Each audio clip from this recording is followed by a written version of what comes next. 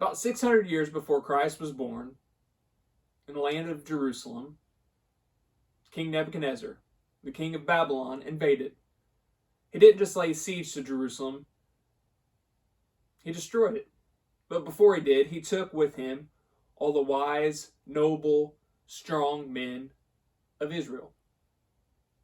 Some of those young boys he took back with him were Daniel, Shadrach, Meshach, and Abednego.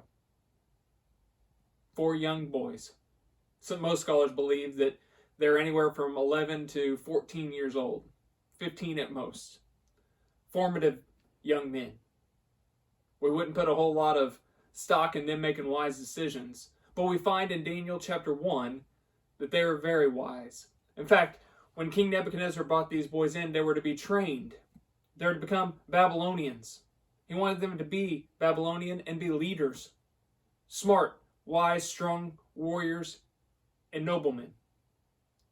Now, when they brought all these young boys in, they put before them a great feast. They told them, you get to eat all the great food at the king's table. You get to drink all the king's wine. You get to have a great life. All the things that you didn't get to experience in Jerusalem under the rule of Israel, the rule of God, you now get to experience. And as you can expect, most of them went hog wild. They loved it. They enjoyed it. But Daniel, Shadrach, Meshach, and Abednego said no. Said, our God forbids it. Our God says, no, we can't do this. This isn't where we're supposed to be. And they tried forcing it because the leaders of Babylon, the soldiers in charge of protecting them and guiding them, were worried that it would come back on them, that they would be malnourished, that they would be weak, that they wouldn't be what the king wanted. But the 4 young boys, some maybe not even teenagers, looked at the guards and said, look, give us 10 days. Give us vegetables, give us water, and we'll see who looks better at the end of 10 days. Well, after 10 days, Shadrach, Meshach, Abednego, and Daniel were strong. They're well nourished. More so than the ones that ate the meat and drank the wine. So, they were allowed to follow those rules. Now, if I was one of the other boys, I think I'd probably be upset with these 4 guys of ruining the fact that I missed out on prime rib. Missed out on a Coca-Cola Classic. While you're sitting here eating carrots and broccoli and leeks and onions and water, you're taking all my goodness away. But they did it because of one reason. God said no. Even though they were taken from their homeland, even though they were taken from their families and put in this new environment, an environment where they were told you can do what you want, they said, we're remaining faithful to God. Impressive for a couple of teenagers. I don't know that many of us would be doing the same thing. Even as a 38-year-old man, I don't know that I would have that integrity or that faithfulness to God. The story of those 4 young boys isn't in there. Then in Daniel chapter 3, Daniel has been now put in charge of a great importance of Babylon. He's been made a leader, and he's off. And while he's off, Nebuchadnezzar builds a statue of gold, a huge monument to him and his power and his might. And it's put out a decree that at the certain time of day, when the horns sound and all the music plays, you're to bow down and worship the idol. If not, you're to be thrown into the fiery furnace. Sounds good, right? Simple. Bow down. Well, the horns play and the trumpets blare. Everybody bows down except for Shadrach, Meshach, and Abednego. They stand firm. In the back, not making a spectacle of it.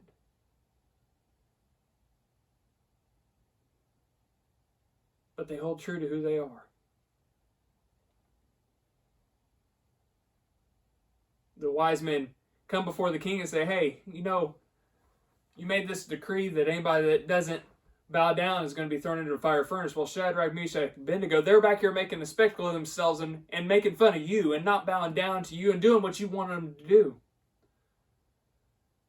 And Nebuchadnezzar brings them before him, and he gives them a chance. He says, just bow down, do it. And they said, no, we're not going to do it. He said, we're going to throw you in a fiery furnace. And they said, do it. Bring it on.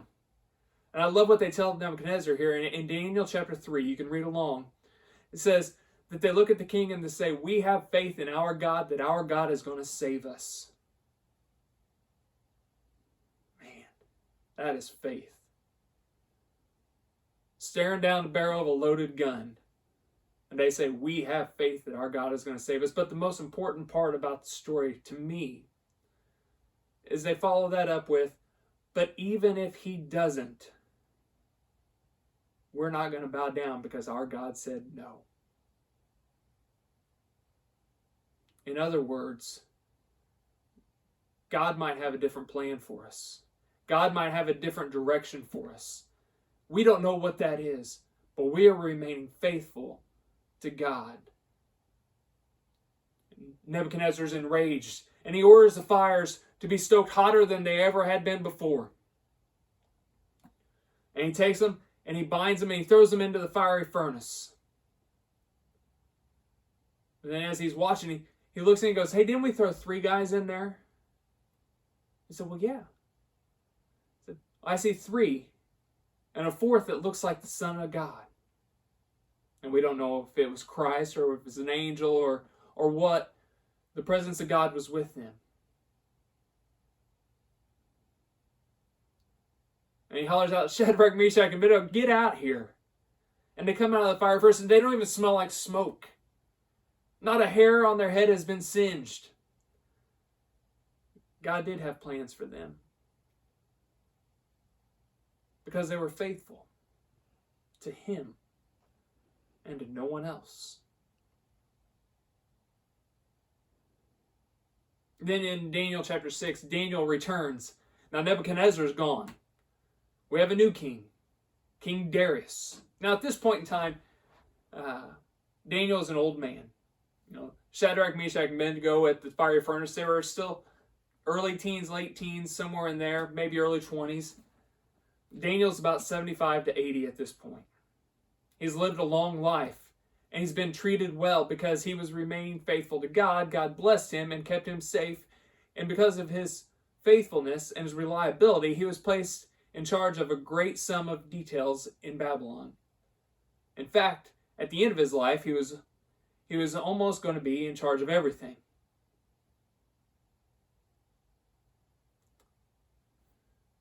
Darius has Daniel in charge of a lot of stuff, and the people there aren't happy. Babylonians aren't happy that this outsider is in charge of them. So they come up with a plan. They know that 3 times a day Daniel goes to his house, faces Jerusalem, bows down and prays. They say, hey Darius, why don't you make a decree that nobody can pray to anybody but you. Nobody can bow down to anybody but you. They know how faithful Daniel is to his God. And they know that Daniel won't bow down. So at the normal times of Daniel's prayers, he goes and he bows down and prays to God.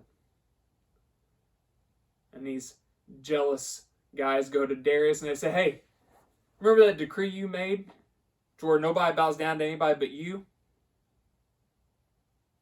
And if they do, they get thrown into a lion's den? Oh, Daniel, your buddy Daniel, the guy you're so happy about and pleased with all his actions, he's bowing down and praying to his God and not you.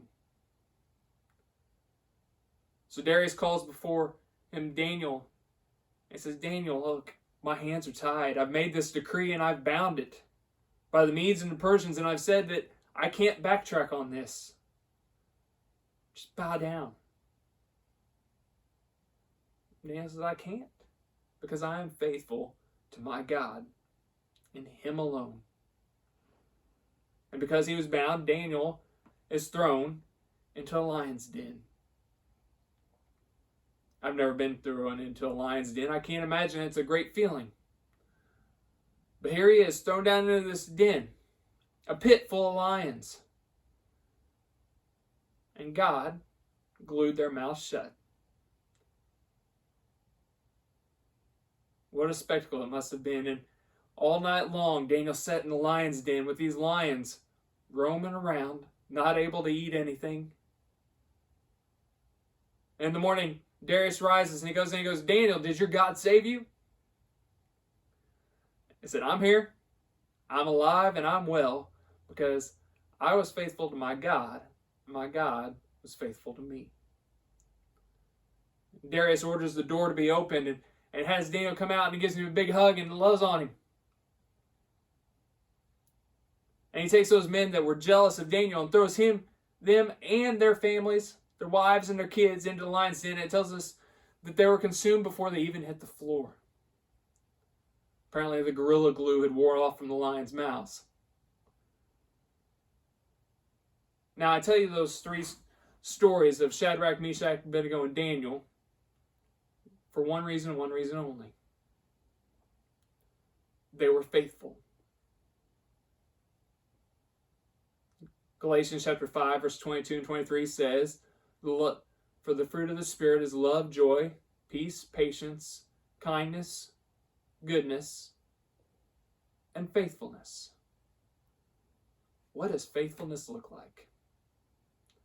Faithfulness looks like 4 young boys taken from their homeland, put at a table of a great feast, and say, no. Our God said no. Faithfulness looks like 3 young boys who are faced with a decision. Do we bow down to the golden idol?